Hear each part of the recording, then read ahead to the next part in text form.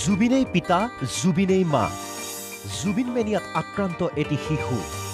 জুবিন জ্বৰত আক্ৰান্ত শিশুটিক ভৰ্তি চিকিৎসালয়ত।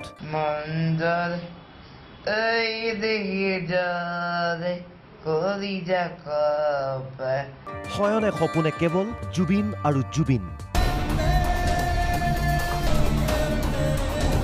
মিছন চাইনাৰ গীত আৰু ট্ৰেইলাৰ মুক্তি হোৱাৰ পিছতেই যেন জুবিনৰ জনপ্ৰিয়তা আৰু চৰ্চা দুগুণে বাঢ়িছে। শিশুৰ পৰা যুৱক যুৱতীলৈ সৰ্বত্ৰ চৰ্চা জুবিনক লৈ। আৰু তেনে সময়তেই জুবিনৰ বাবেই চিকিৎসাধীন হ'বলগীয়া হ'ল ৰঙিয়াৰ এটি শিশু। বিশেষভাৱে সক্ষম এই শিশুটিয়ে ভাল পায় জুবিনক। কিন্তু জুবিনৰ মিছন চাইনাৰ ট্ৰেইলাৰ মুক্তি পোৱাৰ পিছতেই শিশুটি যেন আক্ৰান্ত হ'ল জুবিন জ্বৰত। জুবিন তুমি মোৰ হাত শুবলৈ মন, জুবিন তুমি মোৰ উমৰাটো বহাই নি আছা, মই চব গৈ পালো। মুখত কেৱল জুবিনৰ গীত আৰু সংলাপ। আজি কিয় হিয়া কপে, আজি কি মনে না আছে। ভাত পানী বাদ দি বিচাৰে কেৱল জুবিনক। কাৰ কাৰণে জন্ম হৈছে তুমি? জুবিনৰ মানে ভগৱান দিছে, জুবিনৰ তাতে জন্ম হৈছো। উপায় নাপায় শিশুটিক পিতৃয়ে ভৰ্তি কৰালে চিকিৎসালয়ত।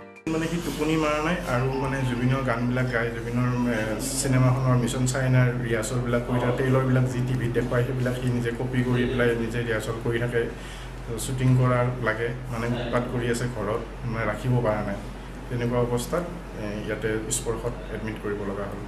চিকিৎসক নাৰ্ছ সকলো অবাক, কাৰণ জুবিনৰ গান গালেহে বা শুনিলেহে ঔষধ লয় শিশুটিয়ে। জুবিনৰ গান মাৰিয়ে থাকে। কেতিয়া? ইনজেকশ্যনটো দিয়াৰ পিছতো জুবিনৰ গানেই মাৰি থাকে। আচ্ছা, কি লাগে তাক তাৰমানে?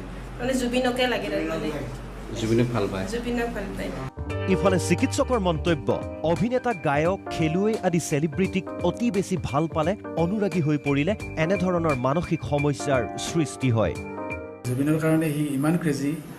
এনেকুৱা ধৰণৰ মেডিকেল চায়েন্সত কিছুমান হয়, ডাঙৰ ডাঙৰ ষ্টাৰ কিছুমান থাকে যে এইবিলাকলৈ এইটো ফেণ্টাচি বুলি কয় চাইকেট্ৰিষ্টৰ ভাষাত। চতুৰ্থ শ্ৰেণীত পঢ়ি থকা বিশেষভাৱে সক্ষম শিশুটিৰ পিতৃৰ আশা, জুবিনে এবাৰ লগ কৰিলে তেওঁৰ সন্তান সুস্থ হৈ উঠিব। যুৱ প্ৰজন্মৰ লগতে শিশু কিশোৰৰো হাৰ্টথ্ৰব জুবিনে শিশুটিক এবাৰ লগ কৰিবনে? আশা পূৰণ হ'বনে পিতৃৰ লগতে বিশেষভাৱে সক্ষম শিশুটিৰ? ৰঙিয়াৰ পৰা প্ৰকাশ ডেকাৰ ৰিপৰ্ট, প্ৰতিদিন টাইম।